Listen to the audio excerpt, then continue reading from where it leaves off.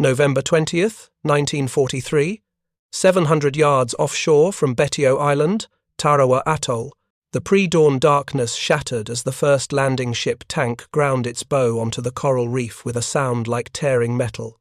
Inside LST-279, pharmacist's mate second-class Robert McNamara felt the ship shudder, then heard the machinery of the bow doors beginning their agonizing screech open. Through the gap, he could see what every naval architect in history had declared impossible. A 328-foot steel vessel, displacing nearly 4,000 tons, deliberately beaching itself on an enemy shore like some mechanical whale hurling itself onto hostile sand. Before we jump back in, tell us where you're tuning in from, and if this story touches you, make sure you're subscribed because tomorrow I've saved something extra special for you. The LST's massive bow ramp dropped with a crash onto the reef.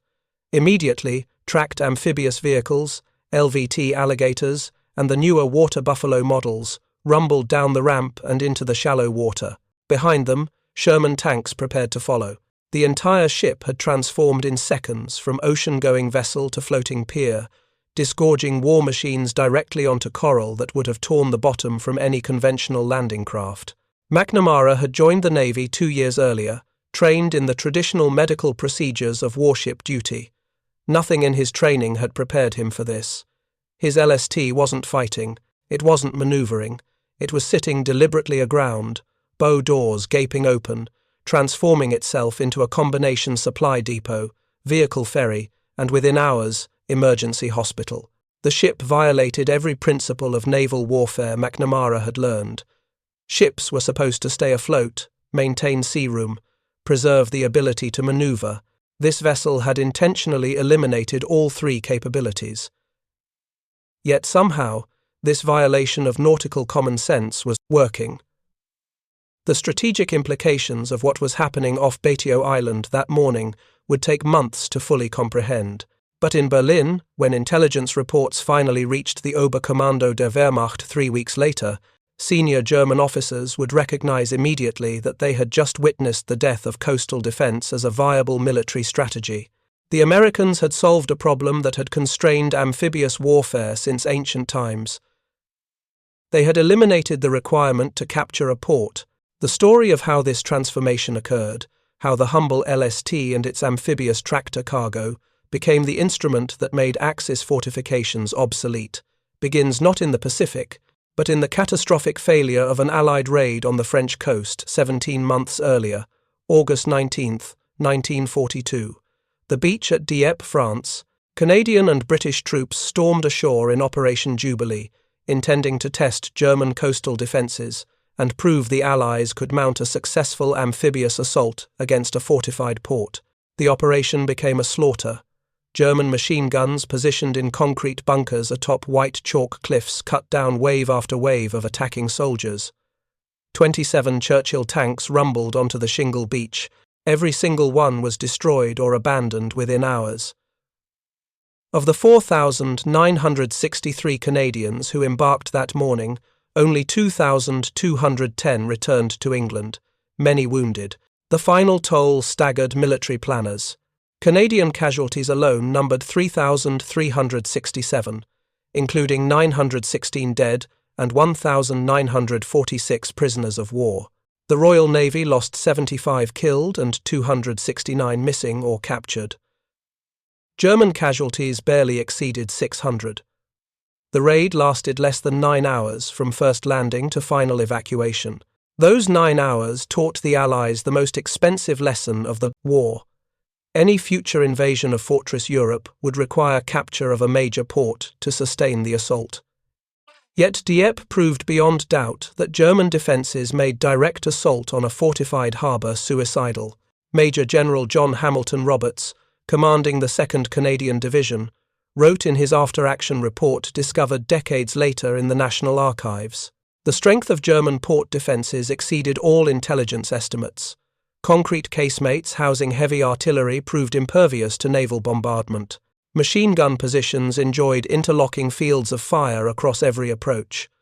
The port facilities themselves were prepared for demolition at the first sign of attack.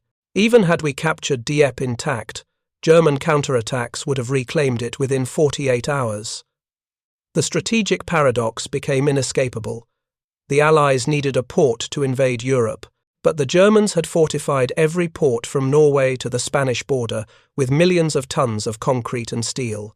If you're enjoying this deep dive into the story, hit the subscribe button and let us know in the comments from where in the world you are watching from today. Field Marshal Erwin Rommel, appointed Inspector General of Atlantic Wall Defences in late 1943, had transformed Adolf Hitler's propaganda boast into genuine obstacle. By December 1943, Rommel had completed his 2-week inspection tour of Atlantic defences. His confidential assessment, preserved in German military archives, revealed his concerns. A basic concept for defence did not exist in any form, and any precautions taken did not meet the seriousness of the threatening major landing. His solution was characteristically aggressive. Rommel ordered the emplacement of millions of mines along potential invasion beaches. He demanded concrete pillboxes at every strategic point. He personally supervised installation of beach obstacles designed to rip the hulls from landing craft. Rommel's asparagus, tall poles with sharpened tops, sprouted across fields behind beaches to impale gliders and paratroopers. More critically for Allied planning, Rommel fortified the ports. In a secret memorandum to Hitler dated December 31, 1943, Rommel wrote, "The focus of the enemy landing operation will probably be directed against 15th Army's sector. It is likely that the enemy's main concern will be to get the quickest possible possession of a port or ports capable of handling large ships." Hitler designated 11 major ports as Festungen, fortresses to be defended to the last man. Dunkirk, Boulogne, Le Havre, Cherbourg, Saint-Malo, Brest, Lorient, Saint-Nazaire, the Gironde River estuary leading to Bordeaux, and the Channel Islands received priority for men and materials. Each fortress boasted heavy naval guns in reinforced concrete emplacements, artillery batteries covering every approach, anti-aircraft positions, minefields extending miles into surrounding countryside, and garrisons prepared to fight to the death. The German defensive philosophy rested on an assumption so fundamental that no senior commander questioned it. An invasion force required capture of a major port within days of landing or face defeat through lack of supplies. This assumption had governed military planning since ancient times. Armies needed harbours for their supply ships, dockyards for repairs, cranes for unloading heavy equipment, warehouses for stores, and protection from storms that could scatter and destroy an invasion fleet. General Dwight Eisenhower, appointed Supreme Commander of the Allied Expeditionary Force, understood the problem with crystal clarity. In his personal diary entry from March 1943, he noted, "We face an impossible choice. Attack a heavily fortified port and suffer catastrophic casualties in the assault, or land on open beaches and watch our supply lines collapse within weeks. Either course leads to defeat. The alternative that emerges may represent our only hope, though it defies all conventional military wisdom." What Eisenhower called the alternative was already taking shape in American shipyards, though few understood its revolutionary implications. The landing ship tank had been conceived in Britain in 1941, when Prime Minister Winston Churchill demanded a vessel capable of crossing oceans, then beaching itself to unload tanks and vehicles directly onto hostile shores without port facilities. The design challenged every principle of ship construction. Naval architects had spent centuries perfecting vessels that stayed afloat, that maintained sea room, that preserved ability to maneuver. Churchill wanted a ship that would deliberately violate all three principles. It needed to be flat-bottomed to beach on shallow slopes. It required bow doors and a ramp to discharge cargo directly onto sand. It had to be rugged enough to survive ocean crossings, yet expendable enough to risk on enemy beaches. British designers submitted preliminary concepts to the United States Bureau of Ships in November 1941. American naval architect John Niedermeyer studied the requirements and produced a sketch that would become the template for more than 1,000 LSTs. His final design measured 328 feet in length, with a 50-foot beam and a draft of only 3 feet 9.5 inches when in landing trim. The design was deliberately crude. Traditional shipbuilders found it aesthetically offensive. The flat bottom made LSTs roll sickeningly in rough seas. The slow speed of 11 knots made them vulnerable targets. Crews nicknamed them large, slow targets, and worse. But the design worked. An LST could cross an ocean, approach a hostile beach, deliberately ground itself, open massive bow doors, drop a ramp, and disgorge 20 Sherman tanks or 60 trucks or up to 200 troops, all without requiring a pier, a harbour, or any shore infrastructure whatsoever. Production began in early 1942. Congress authorized construction in 3 separate acts, recognizing LSTs as critical to any amphibious strategy. The enormous building program gathered momentum rapidly. Such high priority was assigned to LST construction that the previously laid keel of an aircraft carrier was hastily removed to make room for several LSTs to be built in her place. The scale of production was staggering. American shipyards, including 5 cornfield shipyards in the Midwest far from any ocean, began churning out LSTs at unprecedented rates. Dravo Corporation's facility at Naval Island, Pennsylvania, designated the lead shipyard, built 145 vessels. Missouri Valley Bridge and Iron Company built the most, with 171 constructed at Evansville, Indiana. Chicago Bridge and Irons Shipyard in Seneca, Illinois, launched 156 ships. By 1943, construction time for an LST had been reduced to 4 months. The ships employed innovative ballast systems that allowed them to sit lower in the water during ocean transit for seaworthiness, then pump ballast tanks dry to raise up in the water, facilitating shallow draft landing operations. The bow doors, massive steel structures weighing tons, could be opened by the ship's crew in minutes. The ramp, strong enough to support a fully loaded Sherman tank, deployed smoothly onto sand, coral, or rock. But LSTs alone couldn't solve the amphibious assault problem. They could deliver vehicles and supplies to a beach, but only if that beach was undefended or already secured.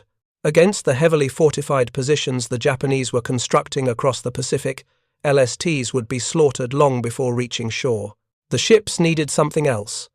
A vehicle that could traverse the dangerous gap between ship and shore while under fire. Something that could cross coral reefs, wade through deep water, and deliver troops directly onto defended beaches. That vehicle already existed, though its potential remained largely unrecognized. The Landing Vehicle Tract, or LVT, had been developed in 1937 by Donald Roebling as a rescue vehicle for hurricanes in Florida. The civilian alligator could swim through water, using its tracks for propulsion, then drive across land. The military value seemed obvious, but peacetime budgets and bureaucratic inertia delayed development. The Marine Corps finally ordered a military version in 1941. The LVT-1 Alligator entered production, a boxy vehicle with an aluminum hull that could carry 18 troops or 2 tons of cargo. It swam awkwardly through water at about 6 miles per hour, driven by the paddle action of its tracks. On land, it could manage 25 miles per hour, though the ride was bone-jarring. Preparing and narrating this story took us a lot of time, so if you are enjoying it, subscribe to our channel. It means a lot to us. Now, back to the story. Initial combat use at Guadalcanal in August 1942 proved disappointing. The LVTs functioned well as cargo carriers, shuttling supplies from ship to shore, but they were unarmored, lightly armed, and mechanically unreliable. Marine Corps planners recognized potential but saw significant problems requiring solution. The improved LVT-2 Water Buffalo appeared in late 1942.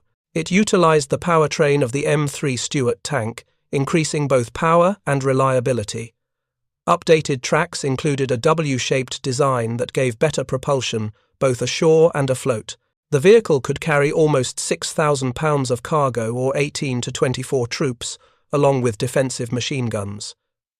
Most critically, the LVT-2 could cross coral reefs.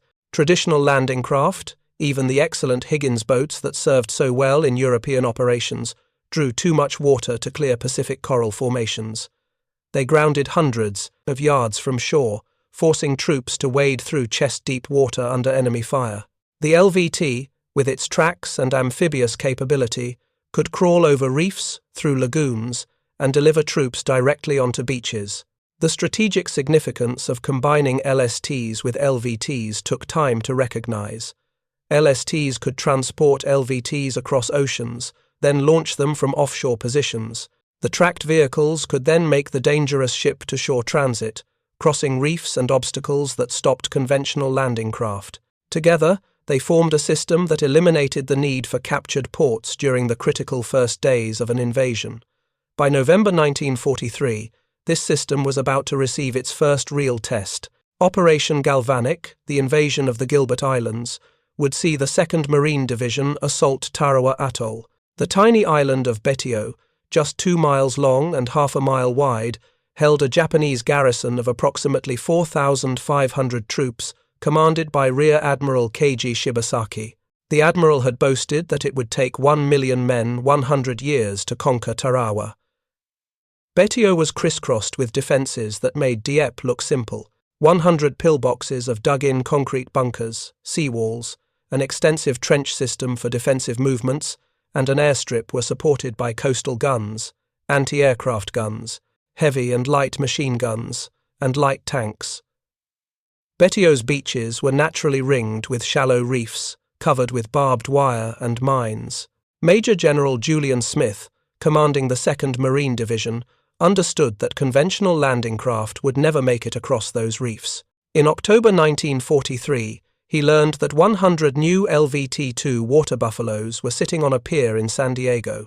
He sent an urgent request through the Pacific chain of command that the assault vehicles be shipped to the 2nd Marine Division for Tarawa. He was promised 50 of them. The critical question became whether they would arrive in the Gilberts in time for D-Day. The answer came in early November. 50 new LVT-2s joined the 75 LVT-1s already assigned to the 2nd Amphibian Tractor Battalion. 125 tracked amphibious vehicles would lead the assault on Betio. Colonel David Shoup, who would command the landing forces and earn the Medal of Honor on Tarawa, made the situation plain during planning conferences. Without LVTs, there is no operation. The Marines prepared to launch the first combat assault by amphibian tractors against a heavily defended position. Every previous Pacific landing had either been unopposed or had relied on conventional landing craft approaching unfortified beaches. Tarawa would test whether the LVT could actually function as an assault vehicle, carrying troops under fire across hundreds of yards of coral reef into the teeth of prepared Japanese defences. LSTs would play the critical role in this test. The flat-bottomed ships could approach within a few miles of Betio, then launch their LVTs directly into the water. The amphibious tractors would form up, then make the long approach to the beach, crossing the reef that conventional landing craft couldn't navigate. Behind the assault waves, LSTs would continue delivering supplies, vehicles, and reinforcements, beaching themselves on the reef edge or in the lagoon to provide steady logistics flow. The 5th Fleet that arrived at Tarawa Atoll on November 19, 1943, was the largest yet assembled for a single operation in the Pacific.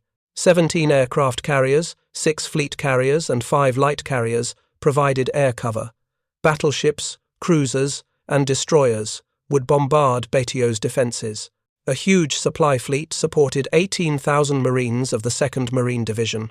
Vice Admiral Raymond Spruance, commanding the fleet from heavy cruiser Indianapolis, ordered the pre-invasion bombardment to begin at dawn on November 20th. For 3 hours, naval guns and carrier aircraft pounded Betio. Defenders disappeared into their concrete bunkers and coral-covered fighting positions, waiting for the bombardment to lift so they could man their weapons. At 08:30 hours, the first wave of LVTs churned toward Betio's northern beaches, designated Red 1, Red 2, and Red 3. Inside the tracked vehicles, Marines crouched below the gunwales, trying to avoid Japanese artillery fire that was already finding the range. The LVTs wallowed through the swell, moving slowly, offering large targets. But they kept coming. Where conventional landing craft would have grounded on the reef 600 yards from shore, the LVTs crawled over the coral, tracks churning through shallow water, maintaining forward momentum. Japanese defenders, who had positioned their defences expecting landing craft to pile up on the reef, suddenly faced assault vehicles approaching from directions they hadn't anticipated. The cost was terrible. Japanese fire intensified as the LVTs approached the beach. Machine guns, rifles, and artillery tore into the thin-skinned vehicles. Many were hit and disabled. Marines leaped from burning LVTs into chest-deep water, still hundreds of yards from shore. But enough LVTs made it to the beach, and enough Marines got ashore in the first critical minutes to establish a foothold. Behind the assault waves, LSTs maneuvered toward launching positions. LST 279, carrying pharmacist's mate McNamara, ground onto the reef edge and dropped its bow ramp. More LVTs rolled out, loaded with ammunition, supplies, and reinforcements. Other LSTs followed, creating an improvised logistics chain that bypassed the need for port facilities entirely. The battle for Betio raged for 76 hours. The final cost was staggering. 1,009 Marines killed, over 2,000 wounded. Japanese defenders fought almost to the last man. Of the 4,500 Japanese troops on Betio, only 17 survived to be captured. The ferocity of the fighting shocked the American public and military leadership. But amid the horror, military analysts recognized something profound.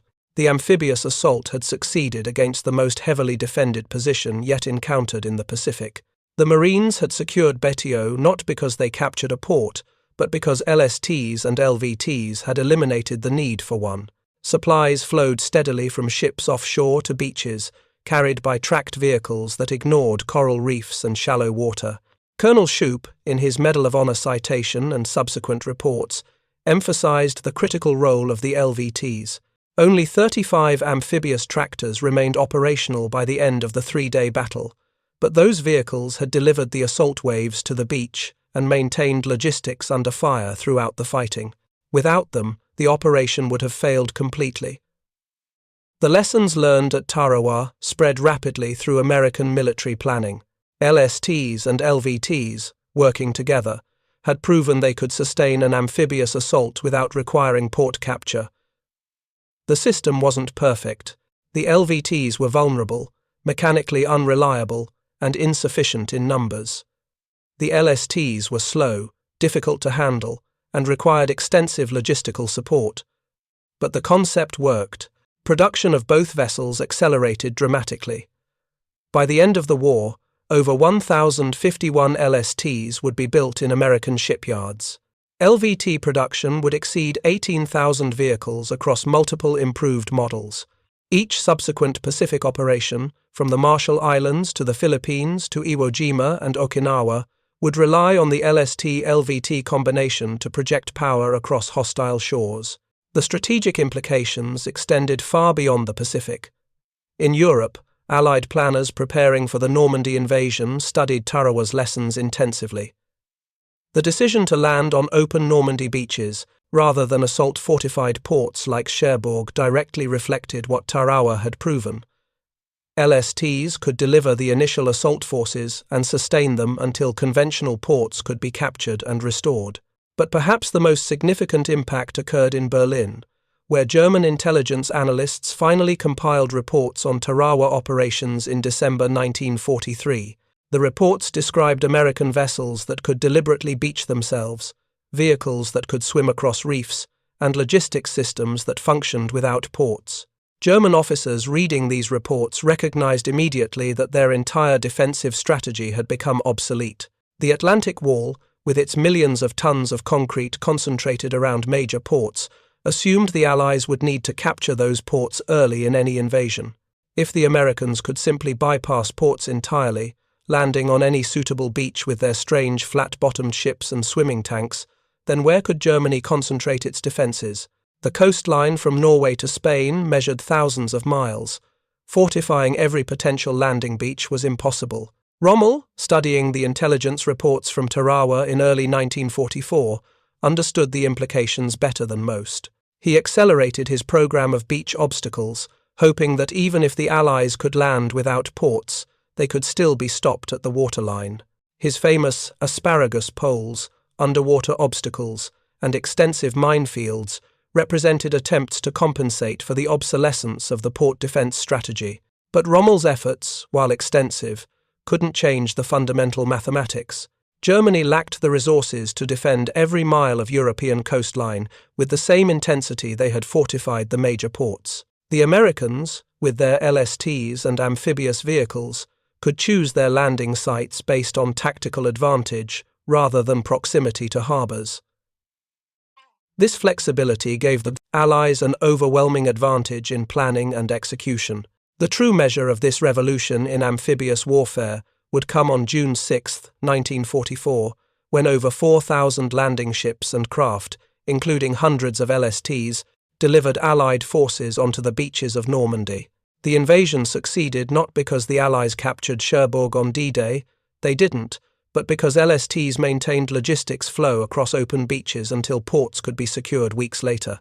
Albert Speer, Nazi Germany's Minister of Armaments and War Production, would later reflect on this transformation in his memoirs and interrogations after the war. In a 1944 memorandum to Hitler that was discovered by Allied interrogators in 1945, Speer described the Second World War as a contest between two systems of organization. He wrote, "To construct our defenses in 2 years, we used 17 million cubic meters of concrete and 1.2 million tons of steel.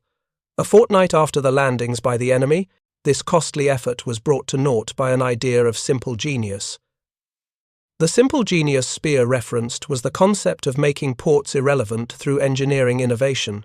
Germany had invested enormous resources into fortifying every port along the Atlantic coast. The Nazi High Command believed these fortifications made invasion impossible without catastrophic Allied casualties. Instead, the Allies simply bypassed the fortified ports entirely, bringing their own logistics capabilities with them in the form of LSTs and other specialized vessels. This represented more than a tactical surprise. It demonstrated a fundamental difference in how the two sides approached warfare. German military thinking remained rooted in 19th century concepts of fortress warfare and defense of strong points. The Allies embraced innovation, willing to attempt solutions that conventional wisdom deemed impossible. The contrast extended beyond the LSTs to encompass Allied strategy as a whole.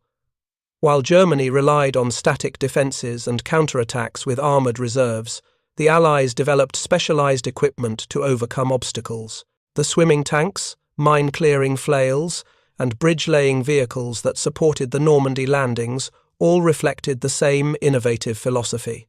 Germany had technical brilliance, as evidenced by weapons like the V-2 rocket and jet aircraft, but they lacked the industrial capacity and strategic flexibility to turn technical innovations into war-winning advantages. The Allies, particularly the United States and Britain working together, combined innovation with industrial mass production. The LSTs exemplified this combination. The engineering innovations, from the bow doors to the ballast system to the beaching capability, represented cutting-edge design for their time. Yet the project succeeded because American industry could manufacture these innovations in quantity despite years of total war. Over 1,000 LSTs represented more than just naval construction. They embodied a manufacturing philosophy that prioritized adequate numbers of good enough equipment over small quantities of perfect systems. Production statistics tell the story. The first LST, LST-1, was commissioned on December 14, 1942. Within 2 years, American shipyards were completing an LST every few days. By war's end in August 1945, 1,051 LSTs had entered service. This production rate would have seemed impossible to naval experts in 1941. The cornfield shipyards that built most LSTs operated in locations that seemed absurd for naval construction: Seneca, Illinois, Evansville, and Jeffersonville, Indiana, Pittsburgh and Ambridge, Pennsylvania. These inland facilities, hundreds of miles from any ocean, built ocean-going warships that had to be towed to the coasts via rivers and specially modified waterways. The logistics of moving newly constructed LSTs from cornfield shipyards to coastal fitting-out facilities required the Navy to modify bridges and create a dedicated ferry command. Approximately 670 LSTs were constructed inland, then navigated down river systems to reach the sea. The entire enterprise defied traditional shipbuilding practice and worked. This willingness to embrace unorthodox solutions, to build warships in cornfields and develop vehicles that could swim, gave the Allies advantages that Germany couldn't match. The Third Reich's military-industrial complex, for all its vaunted efficiency under Speer's direction, remained fundamentally conservative. German engineers produced magnificent machines like the Tiger tank and Panther tank, technically superior to Allied equivalents. But Germany couldn't produce them in sufficient quantities to affect the war's outcome. The United States built Sherman tanks that were individually inferior to German armor, but American factories produced 50,000 Shermans during the war. Germany produced approximately 6,000 Tigers and Panthers combined. The mathematics of attrition favored the side that could replace losses faster than the enemy could inflict them. The same principle applied to amphibious warfare. Germany fortified ports magnificently, creating concrete bunkers that Allied naval gunfire couldn't destroy. But the Allies simply avoided the ports, landing elsewhere with their specialized ships and vehicles. German tactical excellence in coastal defense couldn't compensate for strategic obsolescence of the port-dependent defensive model. If you find this story engaging, please take a moment to subscribe and enable notifications. It helps us continue producing in-depth content like this. The transformation in amphibious doctrine that emerged from Tarawa and reached fruition at Normandy represented one of the war's decisive turning points. Before Tarawa, conventional wisdom held that amphibious assaults against prepared defenses were suicidal unless they quickly captured port facilities. After Tarawa, military planners understood that specialized vessels and vehicles could sustain amphibious operations indefinitely without ports. This shift in understanding had profound implications not just for World War II, but for military strategy extending decades into the future. The Korean War saw extensive LST operations at Incheon and other locations. Vietnam War operations relied heavily on descendants of the LST design. Modern amphibious warfare doctrine, with its sophisticated landing craft and hovercraft, traces directly back to the principles proven at Tarawa in November 1943. The cost of learning these lessons was paid in blood on Betio's coral beaches. The 1,009 Marines who died taking Tarawa brought knowledge that saved countless lives in subsequent operations. By proving that amphibious assaults could succeed without ports, Tarawa validated the entire Allied strategy for defeating Japan through island-hopping campaigns. More broadly, the battle demonstrated that industrial innovation could overcome defensive advantages, that tactical flexibility mattered more than static fortifications, and that logistics often determined strategic outcomes more than combat operations. These lessons, learned at terrible cost on a tiny Pacific atoll most Americans couldn't find on a map, shaped military planning for the remainder of the war and beyond. In Berlin, senior German officers absorbed the implications throughout the winter of 1943 into 1944. Rommel accelerated his Atlantic Wall improvements, but his private correspondence revealed growing pessimism. The memorandum to Hitler warning that the enemy would likely seek quick possession of ports had been written in December 1943, before Rommel fully understood American amphibious capabilities. By March 1944, after studying intelligence reports on Tarawa, the Marshall Islands operations, and American LST production figures, Rommel's assessment had darkened considerably. In a letter to his wife discovered after the war, he wrote, "The enemy possesses capabilities we cannot match. Their ships can land on any beach. Their vehicles swim through water. Their production overwhelms our defenses through sheer numbers. We must defeat them at the waterline in the first hours, or we cannot defeat them at all." This recognition that Germany had to win immediately or lose eventually represented a profound psychological shift.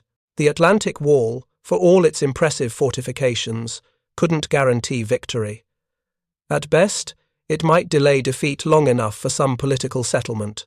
The military solution had disappeared, replaced by desperate hope for a strategic miracle that never materialized. The contrast between German pessimism and American confidence in spring 1944 was stark. Allied planners preparing for Normandy studied Tarawa's lessons and implemented improvements.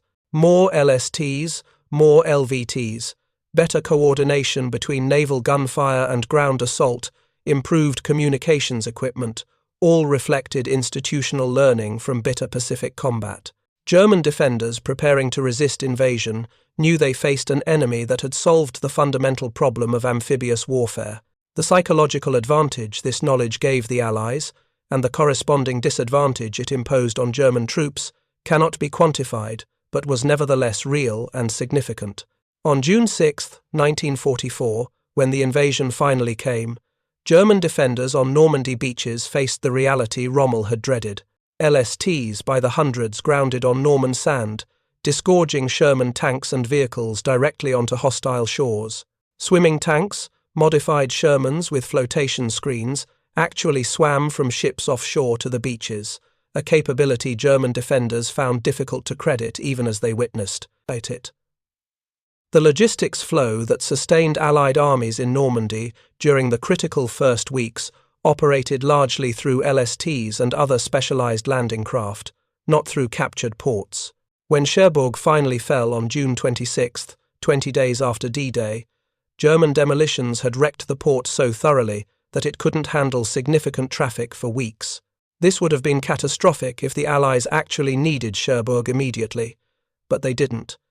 LSTs and other landing craft maintained supply flow across the beaches, delivering thousands of tons daily. By the time Cherbourg was restored to operation, the Allied beachhead had become unshakable. The window of opportunity Rommel identified, the first hours when defenders might throw invaders back into the sea, had closed permanently. The physical evidence of LST operations remained visible on Norman beaches for years after the war. Rusting hulks of damaged LSTs dotted the coastline, too wrecked to refloat, too large to remove easily. They stood as monuments to the revolution in warfare they represented, testament to the idea that had made Axis coastal fortifications obsolete.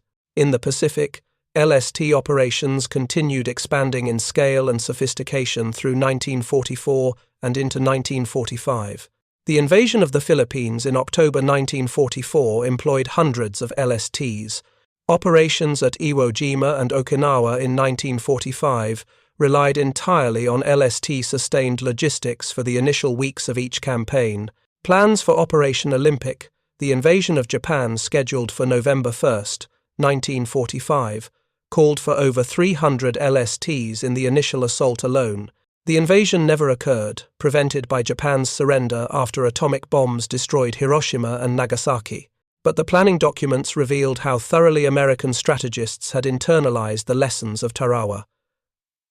Landing on hostile shores without ports was no longer experimental, it was standard procedure. The LST itself continued evolving. Hospital LSTs, with medical teams and surgical facilities, evacuated wounded directly from beaches. Repair LSTs served as floating workshops. Some LSTs were converted into rocket artillery platforms, delivering devastating barrages during the approach to beaches. The basic design proved remarkably adaptable to various specialized roles. Post-war service for LSTs extended far beyond anyone's original expectations. The ships had been designed with anticipated service lives of 5 years, considered disposable assets for emergency wartime construction. Instead, many served for decades. Some LSTs participated in the Korean War, the Vietnam War, and beyond. The last LST in American naval service wasn't decommissioned until the 1990s. This longevity reflected the fundamental soundness of Niedermayer's basic design. The flat bottom, bow doors, and beaching capability created such operational flexibility that navies found continued uses for LSTs long after more sophisticated amphibious vessels became available. Even in an age of hovercraft and helicopter assault, the ability to drive a ship onto a beach and unload vehicles directly onto sand retained tactical value. International sales and transfers extended LST service even further. Britain received 113 LSTs through Lend-Lease during the war. After 1945, dozens of nations acquired surplus American LSTs. These vessels served in navies worldwide, some receiving extensive modifications and modernization that extended their service lives into the 21st century. The physical survivability of individual LSTs spoke to their robust construction. Despite being designed as dispensable wartime expedients, the ships proved remarkably difficult to destroy. Only 26 LSTs were lost to enemy action during World War II. Of those, only 13 were actually sunk by enemy fire. The others were abandoned after damage, scuttled deliberately, or lost to non-combat causes. Given that LSTs participated in virtually every amphibious operation from 1943 through 1945, this low loss rate was extraordinary. Crew members remembered LSTs with mixed feelings. The flat bottom that enabled beaching also made the ships roll sickeningly in heavy seas. Living conditions were cramped, uncomfortable, and often dangerous during combat operations. But the men who served on LSTs took pride in their vessels and their mission. They understood they were part of something historically significant, even if the full implications wouldn't be recognized for years. Veterans of LST-279, the ship carrying pharmacist's mate McNamara at Tarawa, held reunions for decades after the war. Their gatherings included Marines who had ridden LST-launched LVTs to Betio's beaches, creating bonds between Navy crews and Marine infantry that transcended service rivalries. These men knew that together they had proven a new kind of warfare was possible. The psychological impact on participants extended beyond pride in accomplishment. Many LST crew members and Marine veterans struggled with the horror they had witnessed. The fighting at Tarawa was among the most brutal of the Pacific War. Bodies floating in the lagoon, burning LVTs, Japanese bunkers that had to be cleared with flamethrowers and explosives, all left scars that time never fully healed. But survivors also understood their sacrifice had purchased something valuable. The lessons learned at Tarawa, the proof that LSTs and LVTs could sustain amphibious operations without ports, shortened the war and saved lives in subsequent operations. Every improvement in doctrine, equipment, and tactics that emerged from Tarawa's bitter experience made future landings less costly and more likely to succeed. This knowledge provided some measure of meaning to veterans grappling with traumatic memories. They had participated in something larger than themselves, a transformation in warfare that affected human history. The specific tactical details, Up next, you've got 2 more standout stories right on your screen. If this one hits the mark, you won't want to pass these up. Just click and check them out. And don't forget to subscribe and turn on the notification bell so you don't miss any upload from us.